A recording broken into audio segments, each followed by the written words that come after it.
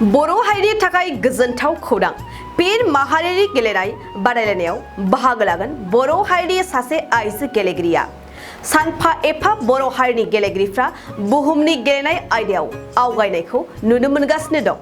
थिग बेबायदिनो उदालगुरि जिल्लानि सिङाव थानाय बखतपारा कसारिपारा गामिनि थागिबि कनजुलता बर'आ फैगौ आगस्ट दाननि 1 खालारनिफ्राय 2 खालारसिम आरब हादरनि दुबाइआव जानो गोनां 90 इन्टारनेशनेल गेम्स 2023 एथलेटिकआव 100 मिटार 200 मिटार खारनाय आरो गोलाव बारनाय एबा लं जाम्प गेलेनायाव भारत हादरनि जानानै बाहागो लागोन बर' हारिनि फिसा कनजुलता बर' बिथाङा।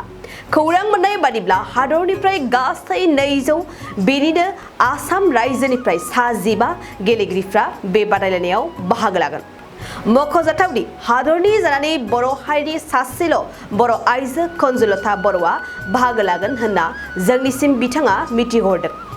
बे समाव गेलेगिरि कनजुलता बर'आ फैगौ 30 जुलाइआव गुवाहाटी बिरखं गाथोननिफ्राय दुबाइ फारसे रौना होगोन। गेलेगिरि कनजुलता बर'आ हादर आरो बर' हारिनि गासै रायजो राजाफोरनो मेडेल देरहाना लाबोगोन होनना बड'लेण्ड बुब्लिनि गाहाय सुजुगिरि राकेश रामसियारिनो जानबुंनि गेजेरजों फोरमायहरदों।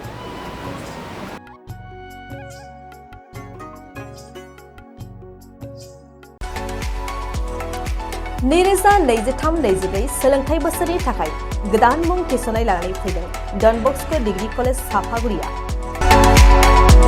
देग्लायनिफ्राय डन बस्क' डिग्री कलेज साफागुरियाव बेचलर अफ आर्ट्स एबा BA नि सेथि सेमिस्टारनि गोदानै मुं थिसननाया दायो सोलिगासिनो दं।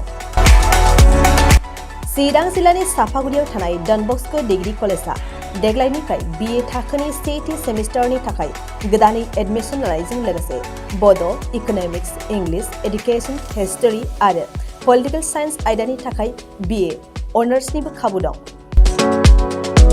गोग्गो सोलोंथाइनि थासारिजों लोगोसेयैनो डन बस्क' डिग्री कलेज साफागुरियाव आलादा आलादायै हौवा हिन्जावनि थाखाय हस्टेलनि खाबुबो दं। जुदि फरायसाफोरा डन बस्क' डिग्री कलेज साफागुरियाव BA सेथि सेमिस्टारनि थाखाय गोदानै एडमिशन लानायनि सायाव आबुं बाथ्राखौ मिन्थिनोब्ला नैबे मबाइल नम्बर 9365519559 आव थोंजों सुला लानो हागोन।